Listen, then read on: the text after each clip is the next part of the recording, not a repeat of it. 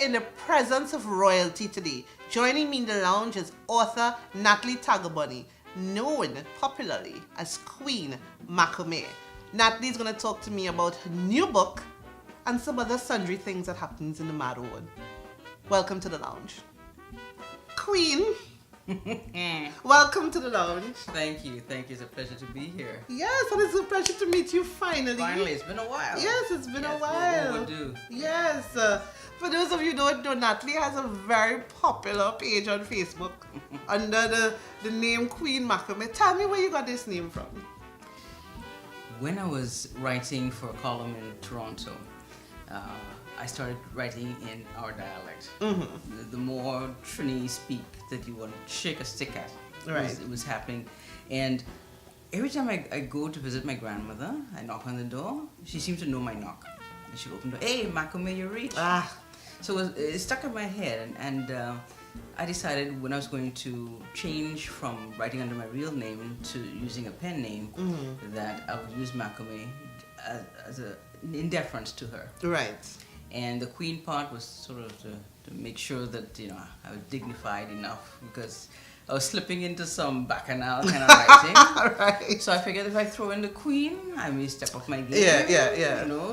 Throw back the shoulders, and Queen Makome sort of stuck. But to me, it is so fitting, the Makome, because although you migrated as a teenager, you've kept alive the Trini vernacular, basically. Yes. Yeah. I think partially because there was none around me.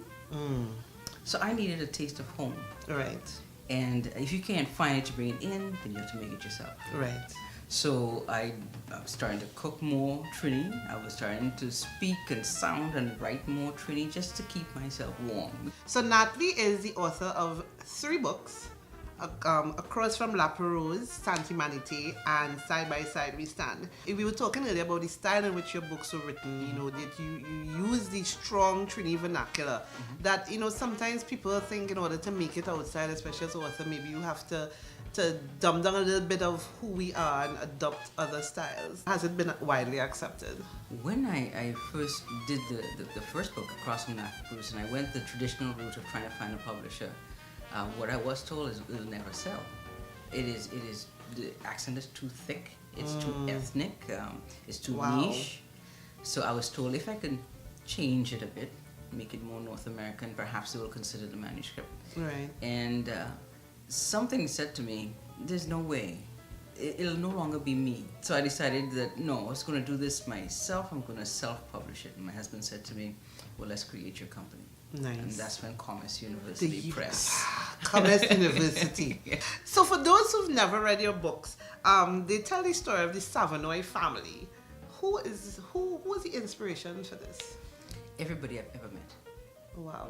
They're all in there. Every experience, every nuance, every character, every failure is in there. The Savanoys, I came up with the name because I wanted a unique name. I don't think that name exists. But it sounds so Caribbean though. Yeah, it sounds like they could be any Savanoys. It's the root Savanoy. Right. Yeah, right. It sounds like somebody you know. Exactly, and they are people you know. Yeah. Do you have a favorite character in the books? Is there like somebody that you're so attached to? Yes. And strangely enough, she's the foreigner in the book. Ah. Her name is Ellen. She's from Haiti.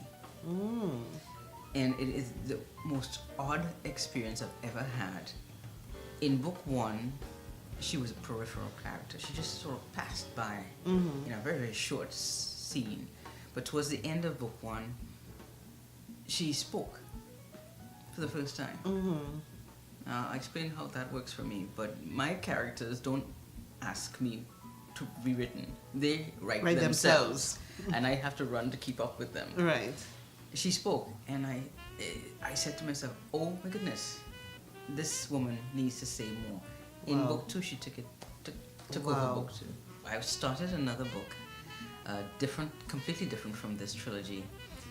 It's called, and I work well with titles. I usually title my book long before it's finished. Okay. It's called Dark Night and Lace. And it was inspired by a carnival character, I believe it was last year. I saw a small video of her on YouTube.